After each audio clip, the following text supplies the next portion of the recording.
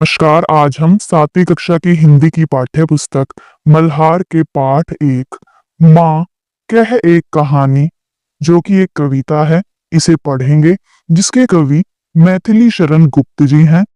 Dear students, इस channel पर आपको सभी सब्जेक्ट्स की वीडियोस मिल जाएंगी, जिसके लिए आप डिस्क्रिप्शन या प्लेलिस्ट चेक कर सकते हैं। कविता को पढ़ना आरंभ करते हैं।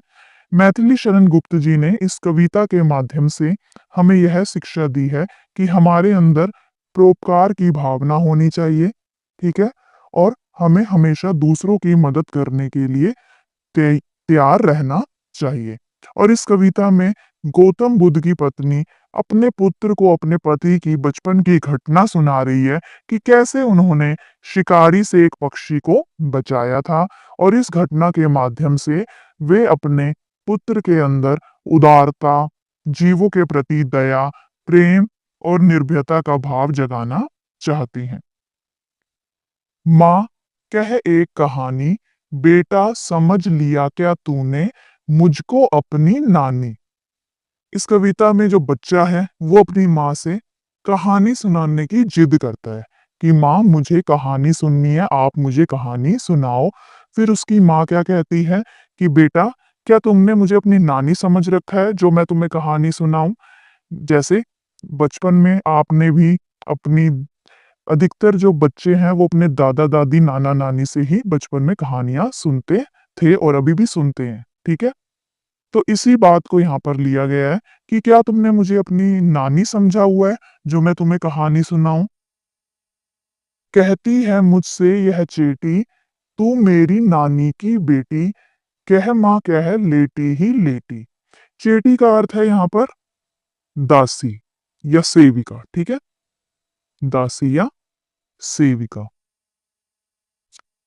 तो बालक क्या कहता है अपनी माँ से कि माँ, ये दासी मुझसे कहती है कि तू मेरी नानी की बेटी है। कह माँ कह लेटी ही लेटी, माँ चाहे तुम लेटी रहो, लेटे लेटे ही मुझे कहानी सुना दो। राजा था या रानी, राजा था या रानी, माँ कह एक कहानी, कि राजा की कहानी सुनाओगी या रानी की? फिर बोलता है राजा की कहानी सुनाओगी या रानी की, लेकिन मुझे तो कहानी सुननी है, माँ मुझे कहानी सुनाओ। फिर आगे, तू है हटी मान धन मेरे, सुन उपवन में बड़े सवेरे, तात भ्रमण करते थे तेरे। हटी का अर्थ होता है जिद, जिद्दी, ठीक है। सुन उपवन, उपवन का अर्थ क्या है? बगीचा। सवेरे सुबह। तात, तात का अर्थ होता है पिता। और भ्रमण का अर्थ है, भ्रमण का अर्थ है घूमना या टहलना।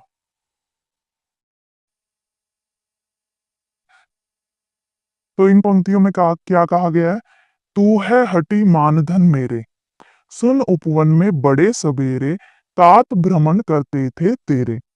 जब बच्चा बार बार अपनी माँ से कहानी सुनने की जिद करता है, फिर माँ क्या कहती है कि मेरे पुत्र तुम बहुत ही जिद्दी हो, और तुम्हारी जो कहानी सुनने की जिद है वह मैं मानती हूँ। चलो मैं तुम्हें कहानी सुनाती हूँ। एक बार क्या होता है, एक बार बगीचे में सुबह सुबह तुम्हारे पिताजी जो हैं वो घूम रहे थे या टहल रहे थे, ठीक है। जहां सुरभि मनमानी, जहां सुरभि मनमानी, हाँ माँ यही कहानी। तो सुरभि का अर्थ क्या होता है? सुरभि का अर्थ होता है सुगंध या खुशबू, सुगंध या खुशबू। और मनमानी का अर्थ मन को मोह लेने वाली, ठीक है। और यहाँ पर यही लाइन दोबारा दी गई है, क्योंकि पहले माँ बता रही है कहानी सुनाते हुए कि ऐसा था वहां पर, और फिर बच्चा जो है उसी बात को दोहराता है, वो एक तरह से प्रश्न पूछता है। फिर इसीलिए इस लाइन को यहाँ पर दो बार दिया गया है कि माँ कहती है और उस उपवन में चारों ओर मन को मोह लेने वाली सुगंध बह रही थी। फिर बच्चा कहता है मन को मोह लेने वाली सुगंध, हाँ माँ यही कहानी मुझे सुननी है। वर्ण वर्ण के फूल खिले थे, झलमल कर हिम बिंदु झिले थे, हल्के झोंके हिले मिले थे। वर्ण वर्ण के फूल खिले थे। वर्ण वर्ण का क्या अर्थ है यहाँ पर? रंग बिरंगे, ठीक है, या तरह तरह के। रंग बिरंगे या आप तरह तरह के फूल भी अर्थ यहाँ पर ले सकते हैं। झलमल कर हिम बिंदु हिले थे। हिम का अर्थ है, हिम का अर्थ है ओस, जैसे बर्फ, ठीक है, बर्फ या ओस। झलमल, झलमल यानी कि झिलमिलाना, कि उस उपवन में, उस बगीचे में तरह तरह के रंग बिरंगे फूल जो है वो खिले हुए थे, और उन फूलों पर ओस की जो बूंदें हैं वो झिलमिला रही थी। हल्के झोंके हिले मिले थे। हल्के झोंके यानी हवा के झोंके, ठीक है, और ठंडी ठंडी सुगंधित वायु चल रही थी। लहराता था पानी, लहराता था पानी, हाँ हाँ यही कहानी।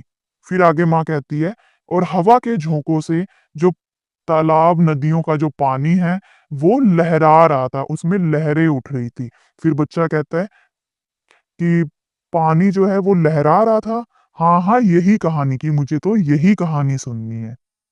गाते थे खग कलकल स्वर से, सहसा एक हंस ऊपर से गिरा बिद्ध होकर खरशर से। अब इन पंक्तियों में खग का अर्थ क्या है? खग का अर्थ है पक्षी। कलकल स्वर, स्वर का अर्थ होता है आवाज, और कलकल का अर्थ है यहाँ पर चहचहाना। सहसा, सहसा का अर्थ है अचानक।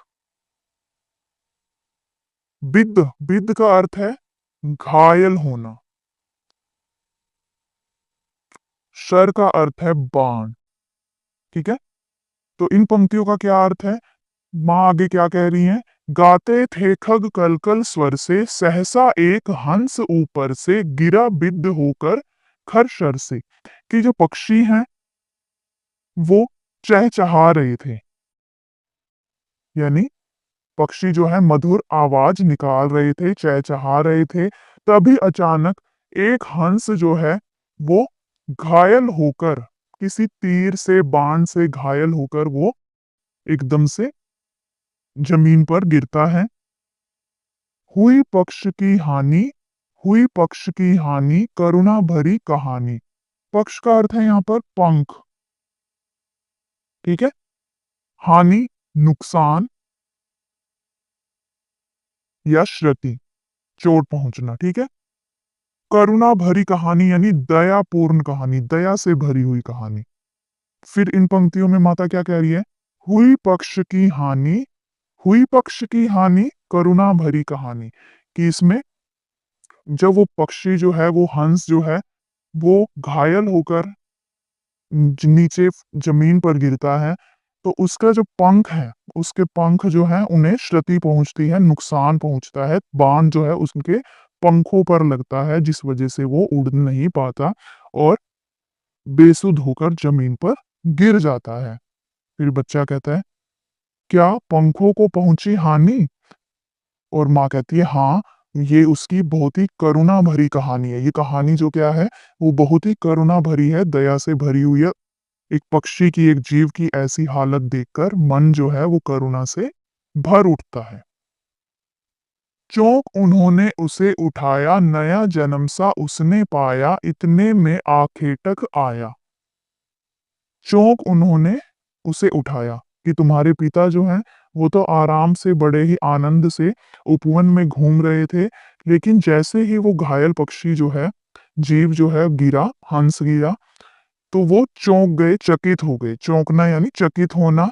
और उन्होंने फिर क्या किया? उसे बड़े ही प्यार से गोद में उठाया, उसके जो घाव थे उन्हें सहलाया, उस पर दवाई लगाई, पट्टी की, ठीक है।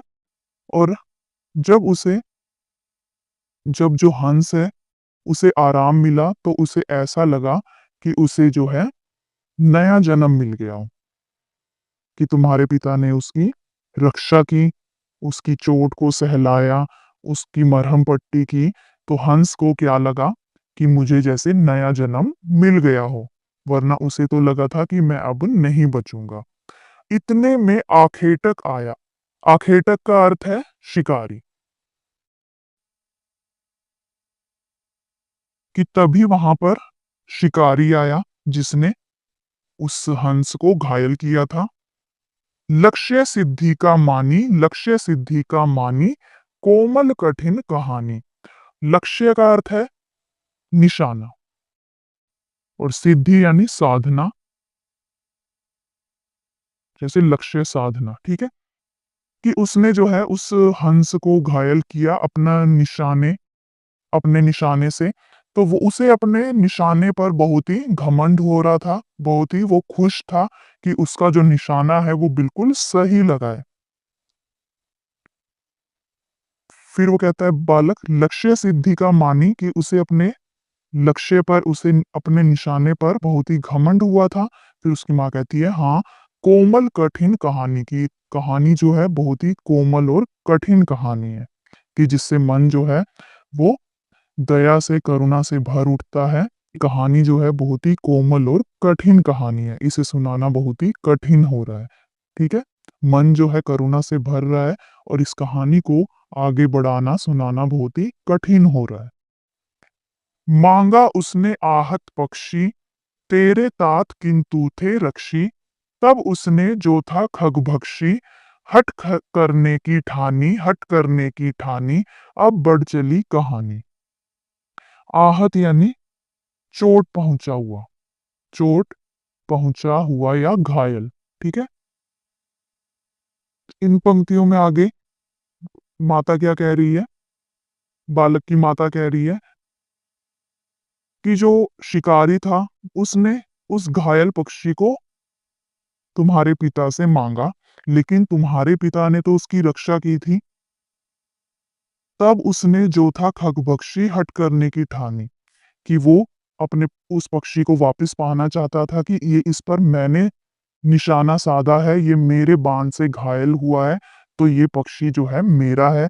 लेकिन तुम्हारे पिता ने कहा कि मैंने इसकी रक्षा की है, मैंने इसकी रक्षा की है, मैंने इसे बचाया है, तो इस पक्षी पर मेरा अधिकार है। और वो कहने लगा कि इस पर मेरा अधिकार है, ठीक है। दोनों दोनों अपनी अपनी जिद पर अड़े रहे और इसी तरह जो कहानी है वो आगे बढ़ी। हुआ विवाद सदे निर्दय में, उभय आग्रही थे स्वयं विषय में। गई बात तब न्यायालय में।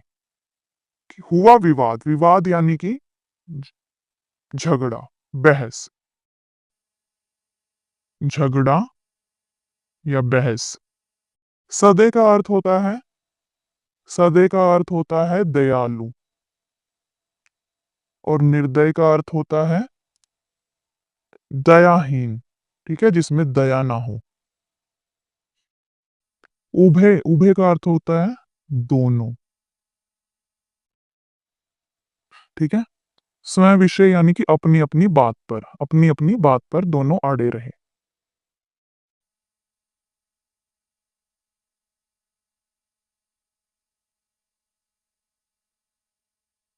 तो माता आगे कहती हैं हुआ विवाद कि दोनों में बहस हुई।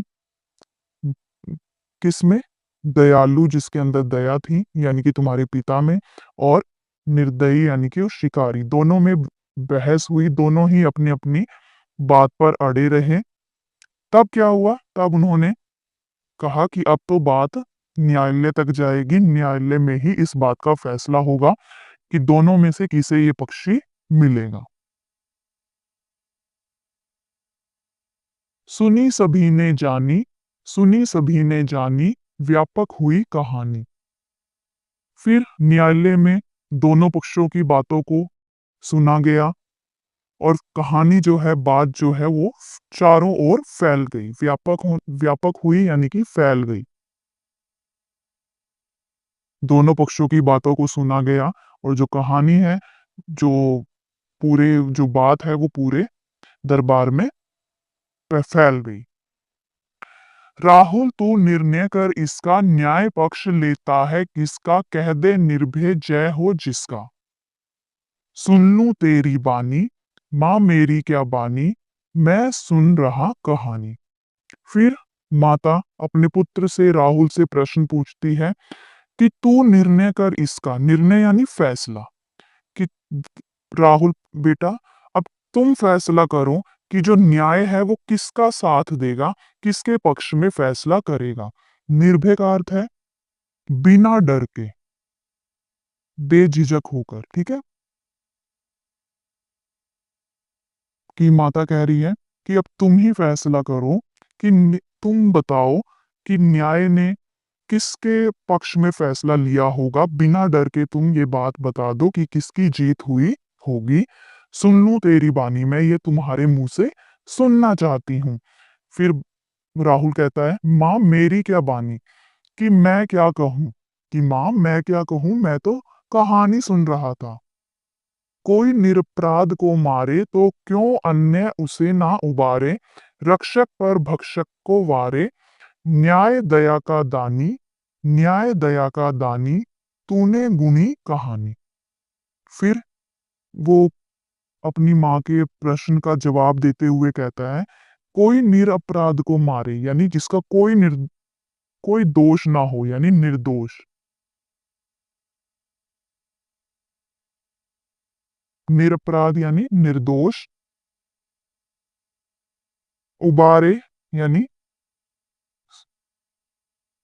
बचाना, कि क्यों ना बचाए उसे। रक्षक रक्षा करने वाला, भक्षक मारने वाला, ठीक है। बालक कहता है कि अगर कोई निर्दोष को मारता है, जिसका कोई अपराध ना हो, अगर उसे नुकसान पहुंचाता है, तो कोई दूसरा उसे क्यों ना बचाए, उसकी रक्षा क्यों ना करे। जिस प्रकार शिकारी ने उस हंस को मारना चाहा और मेरे पिताजी ने उसे बचाया, तो उन्होंने बिल्कुल सही किया, क्योंकि मारने वाले से बचाने वाला जो है वो बड़ा होता है। तो न्याय जो है उन्हीं के पक्ष में होना चाहिए था, यानी मेरे पिता के पक्ष में ही होना चाहिए था, क्योंकि न्याय हमेशा दया करने वाले का पक्ष लेता है। न्याय दया का दानी का अर्थ है कि न्याय हमेशा दया करने वाले का ही पक्ष लेता है, इसलिए इसे दया का दानी कहा गया है, ठीक है। फिर माँ कहती है, तुम्हारा ये उत्तर सुनकर मुझे बहुत प्रशंसा हुई। तुमने बिल्कुल सही बात कही है। तुमने इस कहानी को अच्छे से समझा है। तो बच्चों, इस कविता से हमें यही शिक्षा मिलती है कि हमें कभी भी बेजुबान प्राणी या जीव को नुकसान नहीं पहुंचाना चाहिए, और यदि हमें कोई ऐसा जीव घायल अवस्था में मिलता है तो हमें उसकी रक्षा करनी चाहिए, क्योंकि उनमें भी प्राण होते हैं, उन्हें भी पीड़ा का एहसास होता है। आशा करती हूँ आपको यह कविता अच्छे से समझ में आई होगी। अगली वीडियो में हम इसी कविता के प्रश्न उत्तर करेंगे। तो मिलते हैं अगली वीडियो में। तब तक के लिए नमस्कार।